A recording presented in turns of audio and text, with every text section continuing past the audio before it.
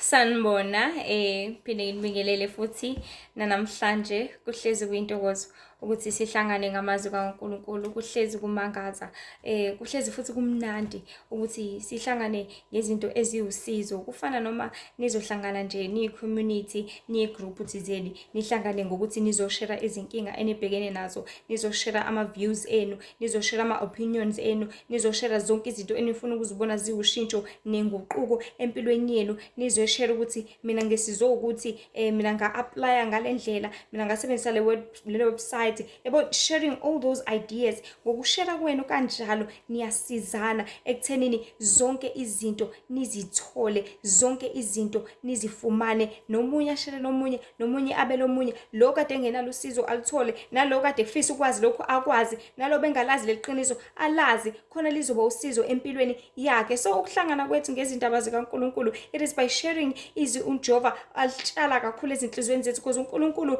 konke afisa konke asinikeza kona usinikezela ukuthi kuzoba usizo kithi, ebese nathi kumele sikwabele abanye abaningi khona nabo kuzoba usizo kakhulu kubo. Ngoba mangabe ufunda let's say you study to be i-social worker, ufundele ukuthi usuke ngelinye ilanga uhambe ungene imizi ngemizi usize abantu by helping them with whatever abadinga usizo ngayo ezinkingeni zonke. So you are working socially by what you have studied, with what you have gained and know, ebese uyabasiza abantu batshela ukuthi no mina emndenini wakho ukuze nisizakale ngoba nizintandane kanje kumele nenze kanjena. So namazwi kaNkulunkulu njengoba uNkulunkulu elibele watshala kangaka kithi, elibele siza kangaka ngawo, elibele sikhanyisela kangaka ngawo, usikhanyiselela ukuthi sikhanyiselelane sonke singabantu, engabibikho ozothi mina ngangazi, engabibikho ozothi mina ngangaqondi, engabibikho ozothi mina iqiniso angizange ngize ngilithole. Ngoba izwe lonke, Hosea chapter 4 lapha verse 6 uthi abantu bami bayabhubha ngenxa yoswela ulwazi, kodwa wena ulwazi ukulahlile nami ngiyakukulahla. So nalo ulwazi lweqiniso, naka amazwi uJehova libele wakhuluma ewaphindelela kithi, akungabi-ke nguwe ulahlayo ulwazi bese uyokhala ngelinye ilanga ukuthi mina ngangazi, ngoba uNkulunkulu esihlalweni sakhe sokwahlulela akekho uyakuzilandulela, ngoba amaqiniso akhona njengamanje, amaqiniso agcwele njengamanje, amaqiniso asetafuleni. But it is up to a person ukuthi amnxuse uNkulunkulu ukuthi Nkosi ngiyacela ukuthi ungiyale ukuthi ngithathe kuphi ngiye kuphi. Kufana noma ingane uzohamba nomntwana wakho ona 5 years, nihambe niya kwi-buffet.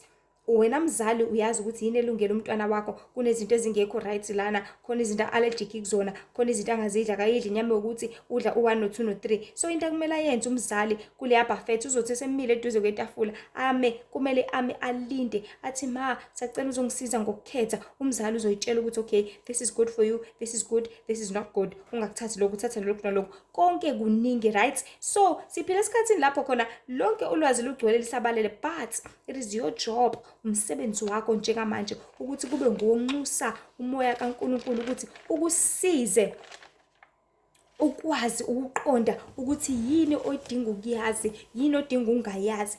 By understanding that, by asking the Holy Spirit to help you ngaloko, ngokuthi umnxusa umoya kaNkulunkulu iwona ozophopha the rightful information, and make sure ukuthi you wait upon the Lord ukuthi ukwazi ukusiza ngaloko. So ngamhla ka-10 May 2024 I had a dream, and isihloko sethu namhlanje sithi uJehova ophaka ukudla okulambele, uJehova ophaka ukudla okulambele. So ngihamba nomunye wabangani bami, engathi sihamba nje, we are busy evangelizing, siyavangela, singena imizi ngemizi. Ngimbuze endleleni ukuthi ayushosho nesiqinisekiso sokuthi uyayazi lento yenzayo, abesethi ya ngiyayazi. Ngithi mina cha, ngidedele because I know better, ngiwenze mina lo msebenzi, avele anqabe angafuni. Athi cha, yimi ozoshumayela. Hayi nampela ngimdedele singene kulo muzi, and umuzi nje sifice usisi engimaziyo avele abhede. And this lady is used to ama-preachings wabo 2 hours, 3 hours, 1 hour, ama-lessons angempela because uhlezi elambele ewomele uNkulunkulu, but wavele wakhuluma for only 5 minutes. In a dream uNkulunkulu showed ukuthi it was only 5 minutes akhuluma ngawo. So lo sisi walana wavele wathethisa mina wathi lihle iphi intshumayelo, lihle aphi amazwi ngoba nginikezile ithuba, kungani ungalisebenzisanga. And I was like ngizamile ukukhuluma naye ukuthi yimi ozoshumayela, kodwa wanqaba lo sisi wavele wasixosha wathi nidlala ngami nina, hambani lana. And ekudlaleni kwakhe edlala ngaleliya thuba, that lady made sure ukuthi angisanidingi lapha ekhaya because umthetho wenu nidlala ngami. And this person wayishumayela lo mngani wami engazuthi useyashintsha futhi form, useba omunye umuntu, which proves and which what the Lord made it so clear ukuthi this is something that is done by abantu abaningi abehlukahlukene, indlela yokuleka ukunderstanda ukuthi izinto zikaNkulunkulu zibaleke kangakanani, indlela yokuleka ukunderstand ukuthi uNkulunkulu kumele ukhiphe ubest wakho kangakanani. So sesiyahamba naye endleleni, ngihamba nje ngimcasukele nje ngampela futhi ngithi ngiyamthethisa ngithi kuye, uthe uyakwazi nje ukushumayela, yini manje lento yenzile, wenzeni? Buka ukuthi wenzeni. Usumoshile, wamosha ithuba ebesinikwe lona, njengamanje ngeke esasamkela loyasisi. Wavele wathi how kanti kwenziwa njani? And I was like, uthe uyazi nje ukuthi kwenziwa njani, awusazi futhi wena manje? How can you ask me this question? Uqale ngokugcinwa ngakho, okugcinwa ngakho waqala ngakho. I asked you so nicely, uyayazi lento yenzayo? And you were like, yeah, ngiyayazi. Because why when awuyithathe serious indaba kaNkulunkulu? Why when awuthathe serious ukukholwa? And okuwesi kakhulu bengaziboni enephutha nelincane kulokhu akwenzile futhi ubengenandaba, which is a problem with many believers njengamanje. Yonke into abayenzela uJehova bafuna ukuyenza ngendlela yabo. And abantu abaningi, ngisho umuntu ungamtshela ukuthi no into kangakanani lento, akumele ukuthi ukhuleke ugqoke ibhlukwe, akumele ukuthi ungagubuzeli umuntu wesifazane oshadile, athi hayibo kanti kunani, hayibo kanti kunani ngoba phela vele uNkulunkulu sobe sesikhulekile, kuzobe sekuthi many believers abanendaba ukuthi uJehova bayaleza ngani, abanendaba ukuthi uJehova bayaleza thini, abanendaba ukuthi bagcine yonke into uJehova ethandekayo kuye, ethabisa ubaba ohlala ekhaya ezulwini, but what they care about ukuthi bona benze whatever bafuna ukwenza baqede, and they just need to be over and done with. This is a problem with each and every person othi umzalwane kodwa engayazi imithetho kaNkulunkulu, engayigcini futhi. Ufuna ukwenza number 1, bafuna ukwenza ngesikhathi sabo. Especially when it comes to ukuvangela, abantu bafuna ukuvangela nanoma inini noma kanjani.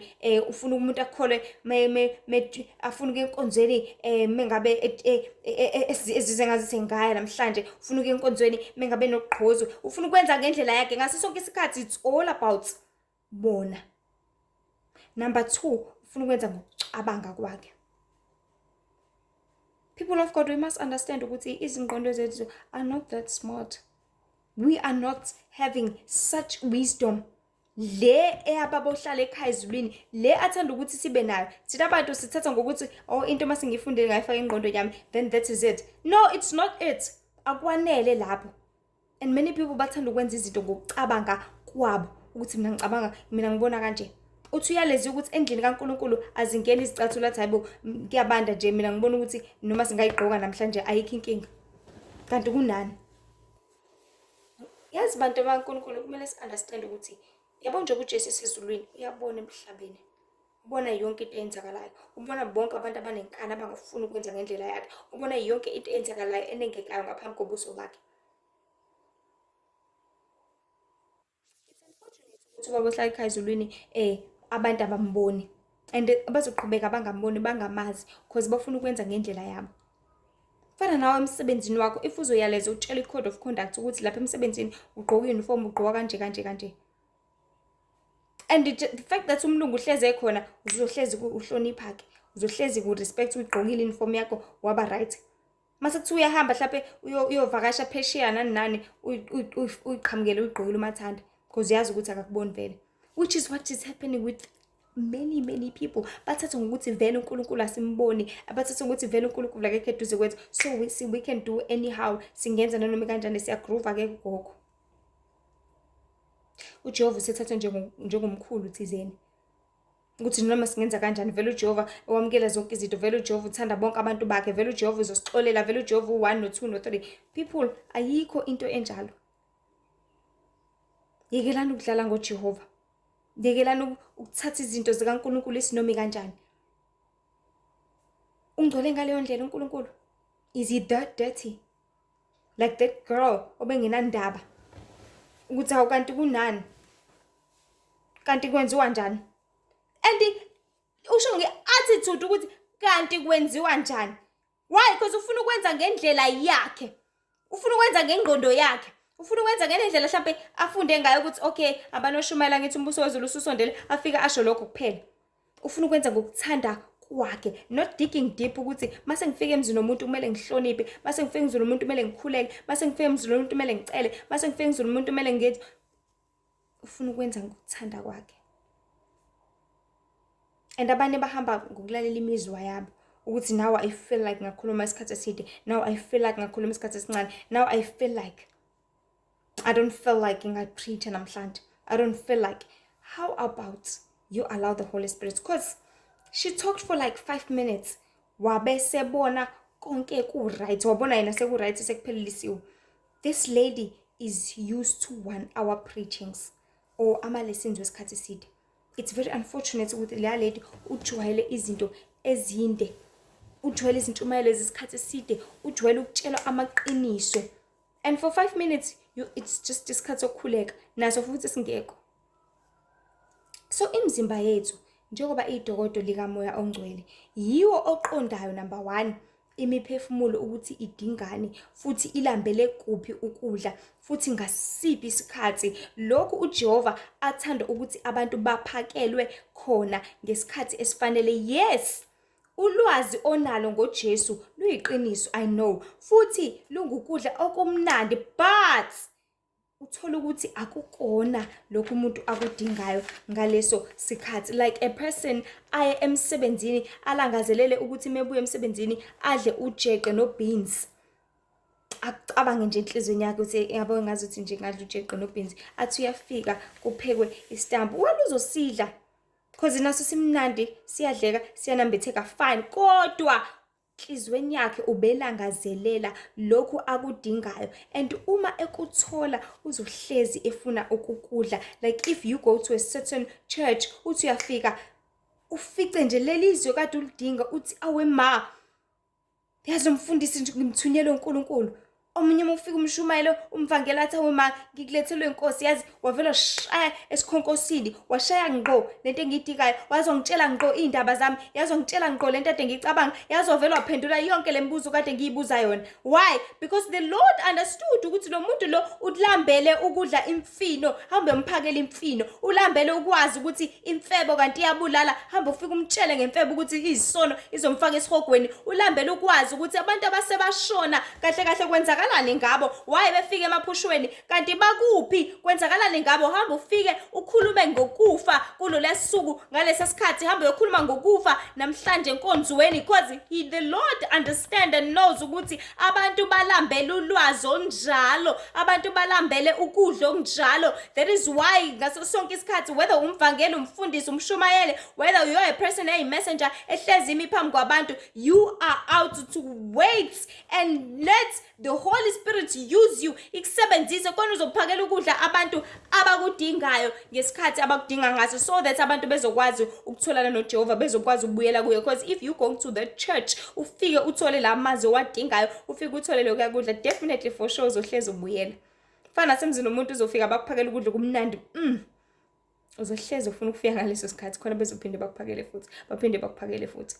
Wafika kulo yamuzi kuumcimbi bafike bakuphatha kahle njalo mase kuumcimbi yaphakathi khona because bakunikeze lento oyithandayo nolento oyilangazelela nalento oyidingayo.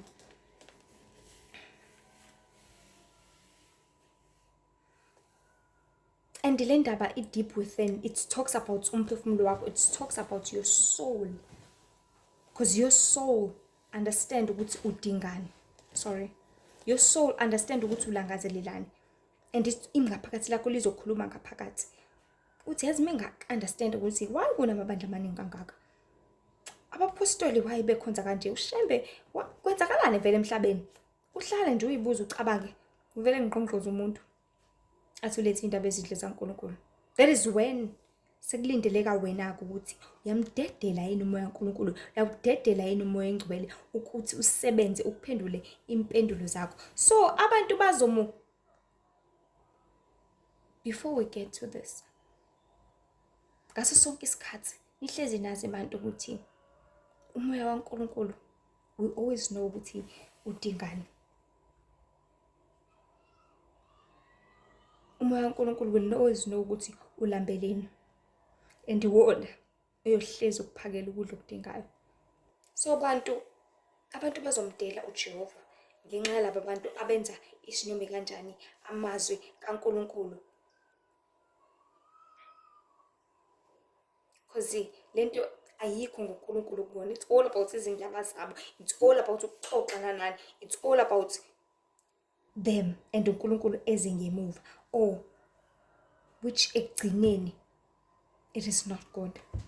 It's not supposed to be about that. So to everyone ovangelayo, it's not just about telling people about your church. It's not about telling people about this and that, but it's about telling them about the truth likaNkulunkulu abalidingayo. Because badinga uJehova abantu balambele izwi langampela eliwukudla okumnandi emphefumulweni yabo, eliwukudla okumnandi ngengaphakathi labo, ngokulangazelela kwabo, ngokudinga kwabo, ngokulamba kwabo lokhu uJehova akubonayo ukuthi balambile, balambele u1 no 2 no 3. Go there, hamba fundise ngalokho, hamba batshele lokho. So abantu bakaNkulunkulu kubalekile ukuthi sidedele uNkulunkulu nomoya wakhe, uphake ukudla okulangazelelwa ngabantu, ngoba nguye owazi ukuthi badingani nini, ngasiphi isikhathi. That is why imizimba yethu iyigumbi likamoya ongcwele, athi singenzi noma yini ngalo, because uyazi ukuthi masenza noma yini ngalo, umoya ongcwele ngeke uzokwazi ukuthi ufike uhlale bese uyasebenza. But simdedele umoya ongcwele usebenze okwababa wethu ohlala ekhaya ezulwini, because only the Holy Spirit understand the Lord better than you, understand the Lord better than your flesh. Because wena wazi okwalapha emhlabeni kuphela, wazi ukuthi kumele uyolima engadini, wazi ukuthi kuphela kumele ulale uvuke udle. That is the only thing you know. But the Holy Spirit kaNkulunkulu, you understand ukuthi uJehova uthandani, you understand ukuthi uJehova udingani, uJehova ufuna ukuthi kiwe lapha namhlanje. Wena into kumele uyenze ukuthi udedele umoya kaNkulunkulu ukuthi ukusebenzise, so that uzokwenza intando kababa ohlala ekhaya ezulwini. Ebese nawe uyajwayela, ebese nawe uyazi, ebese nawe uyavuma ngokuvuma kwakho. And if umzimba wakho ungakayithobela intando kaNkulunkulu, you still need more fasting. You still need more praying. You still need more ukuthi usondele kuNkulunkulu ngokuzimisela, so that umoya kaNkulunkulu uzokwazi ukuhlala kuwena, uzokwazi ukuyenza intando kaNkulunkulu. Because sonke sihlalela ukuzowudumisa uJehova lapha emhlabeni, but because asikakakwazi, asikakaqondi lokho sidingani, sidinga umoya kaNkulunkulu ozosifundisa konke, umduduzo umoya engcwele. Simdinga kanjani, simzomthola kanjani umoya engcwele? Ngokuthi sibhabhadiswe, samukele uJesu njengenkosi nomsindisi, ebese siwutholile umoya engcwele, ebese semase sibhabhadisiwe senze intando yababa uNkulunkulu. Yonke into asiyalela ngayo, imiyalelo eyishumi sigcine yonke, and by keeping all of them, that is when you are cleansing yourself, uzigeze, uzihlambulule. Ebese umoya kaNkulunkulu can then come and dwell in you, can then come and teach you what to do, what not to do, what is right for the Lord, what is not right.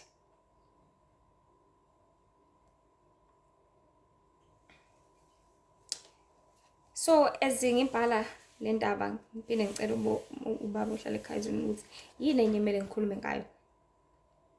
And the Lord led me ukuthi to the recipients, to abantu abalaleli, noma to abantu abareceive izwi likaNkulunkulu.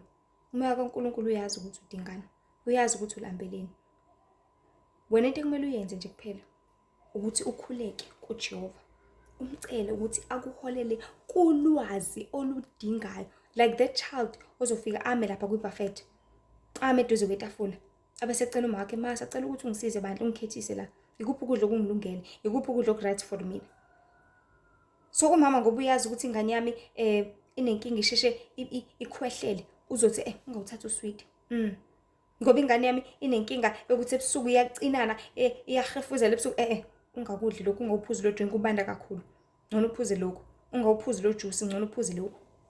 because umzali understands and know better. So as ubaba ohlala ekhaya ezulwini uyazi ukuthi wena usanedimoni lokweba, usanedimoni lamanga, usanomona, usanokuthi, so uzokulidela to the right information ezoshaya ikline ikrekise lokho okungcola okusahlezi kuwe. So into edinga ukuyenza, since njengamanje we are in times of ulwazi, sisezikhathini lapho khona yonke into isabalele, yonke into igcwele etafuleni, whether kongamanga, whether kuyiqiniso, whether kuyaphilisa, whether kuyabulala, whether kuyanambitheka, whether kunambitheki, konke kugcwele etafuleni. We are like in a buffet njengamanje lapha emhlabeni. Udinga umoya kaJehova that can make you receive the rightful information at the right time. Because ubaba uyazi ukuthi udingani, uyazi futhi into oyicelile, futhi kumele uyazi into oyicelile kubaba, ngoba uzothi usuzingenela ku-YouTube, first pop-up message kuzoba yileyo idingayo. Abese uyamtshela uNkulunkulu umnxusa ukuthi Nkosi ngidedele, ngivumele ukuthi ngiwuvumele umyalezo wakho ukuthi ufinyelele kimi. uNkulunkulu uzokupha leyo nto bekuthi, how about I watch this video? Uzothi uma usibuka le video uthole lento oyidingayo, udle usuthe lokho kudla lokho umphefumulo obekade kudinga wena, ngokuthi ucele uNkulunkulu ukuthi Nkosi ngilidele elwazini olu-right, ngilidele elwazini oluyiqiniso, ngilidele ekudleni engikudingayo, ngilidele ekudleni komphefumulo okulangazelelwa ingaphakathi lami, okulangazelelwa inhliziyo yami. And uNkulunkulu will definitely do that to make sure ukuthi uthola konke okudingayo, because uyazi ukuthi ulambeleni, uyalazi ingaphakathi lakho. But udinga ukuthi umnxusa ukuthi Nkosi ngicela ukuthi ngikudedele ukuthi ukwazi ufinyelele kimi, ngicela ukuthi ngikudedele ukuthi ukwazi ungifundise konke, ngiqonde konke, khona ngizokwazi ukuthi ngizilungise kanjani mina self, ngizilungise kanjani enkazimulweni yakho, ngizilungise kanjani ukwenza intando yakho, because angazi lutho baba, angiqondi lutho ngawe, futhi angazi ukuthi ngiqalephi ngithi ngifunda ngawo, because kwayiBhayibheli ngiliqondi, kwayisenkonzweni umfundisa ngimuzwa ngim-understand, but uNkulunkulu can lead you to the right video nami ngasiphi isikhathi. But into ekumele uyenze futhi ebalulekile ukuthi ungabe umuntu othanda owuvanzi, othanda izinto eziningi, because uzohluleka ukwazi ukuhlukanisa. So even on your YouTube, don't have ama-subscriptions amaningi, because ama-video arecommendeka kuwena ngezinto oziscrolla njalo, ngama-video wabukayo. If you're gonna be watching porn, uzohlezi pop up ama-video porn. If you're always watching amaZulu drama, uzohlezi pop up amaZulu drama. If you are always watching whatever imculo nanani, uzohlezi pop up ngaloyo muntu loyo, because mawusubscribe kuyena kuzohlezi kuza ama-notification ukuthi nangu sifake enye ivideo, nangu sifake okunye. So make sure ukuthi you watch izinto ovunyelwa umoya kaNkulunkulu ukulidele ukuthi uzibuke. And you must click to the right channels, subscribe to the right channels, khona uzothola iqiniso, udle usuthe uphulukiswe. Hleze wazi kodwa, this is the most important part, hleze wazi ukuthi it is your responsibility, because your life, you are the one responsible for it. It is your responsibility ukuthi ukhule. It is your responsibility ukuthi ukhule spiritually. Impilo yakho isezandleni zakho. Umsebenzi wakho ukuthi wenze intando kaNkulunkulu, umsebenzi wakho ukuthi ukhule ekukholweni, umsebenzi wakho ukuthi uzisize, uziphulukise wena, because akekho ozosiza wena, akekho ozophulukisa umphefumulo wakho. If omunye umuntu eseceleni wakho akazi ukuthi unenkinga yani wena, ugibele nomuntu lapha eTexini akazi ukuthi unenkinga yamanga wena, apha nje mhlawumbe senixoxa sekuthola lokho ukuthi unjalo. But ngitshela ngoba bohlala ekhaya ezulwini uyazi yonke into ngawe. Only you can tell him ukuthi Nkosi, please lead me to the rightful information, please lead me to la ngidinga khona, please lead me to lokhu engizokudinga. Like that lady welindele ukuthi izothola amazwi ukuthi sifike sovangela lapha, but kwangenzeka kanjalo ngenxa yabantu abanamanga esesiphila nabo esikhathini samanje, abangenandaba noNkulunkulu, abalutha abantu abaningi bebalahlekisa, benza ukuthi abantu baze ba-give up, balahlekelwe ukuphila okuphakade nezimpilo zabo ngenxa yokuthi labantu aba-selfish abazicabangela bona ukuthi mangiqedile ngayenza ngayiqeda nje lento sekukwanele seku-right. Kanti it's all about listening to uNkulunkulu. It's all about obeying uNkulunkulu, because you don't understand anything and everything ngathi. You don't understand ngaphakathi lethu nengaphandle, understand yonke into wazi sikufisayo, sikulangazelela nesikudingayo. So it's all about listening to umoya kaNkulunkulu. So isihloko sethu sithi uJehova ophaka ukudla okulambele.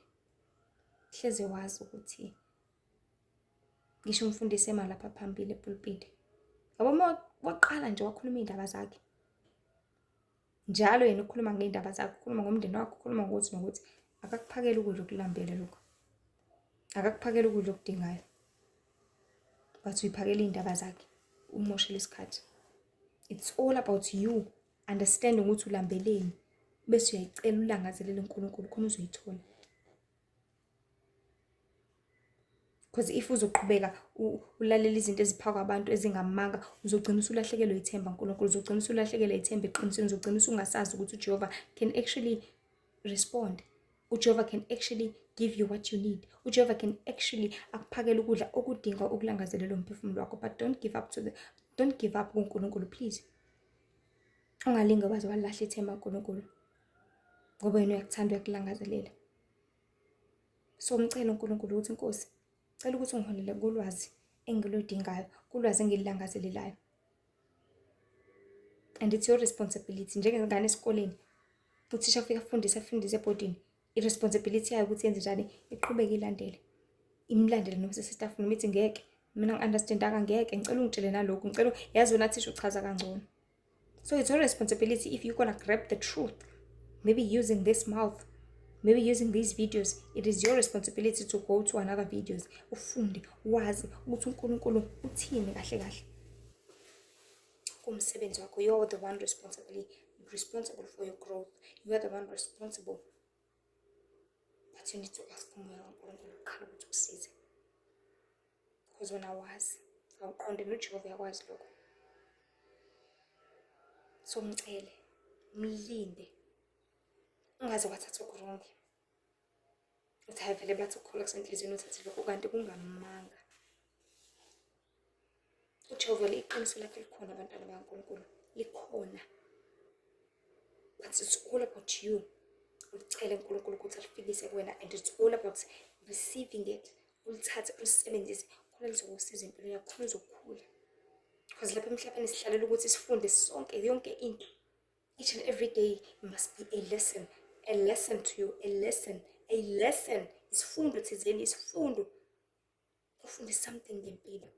Especially ufunde something ngawe, ufunde something ngoNkulunkulu, ufunde something ngomphefumulo wakho, ufunde something ngokufa, ufunde something ukuthi uzophelela lapha kusasa, ufunde something ngempilo at large. But umsebenzi wakho ke, hlaze wazi ukuthi uJehova upha ukudla.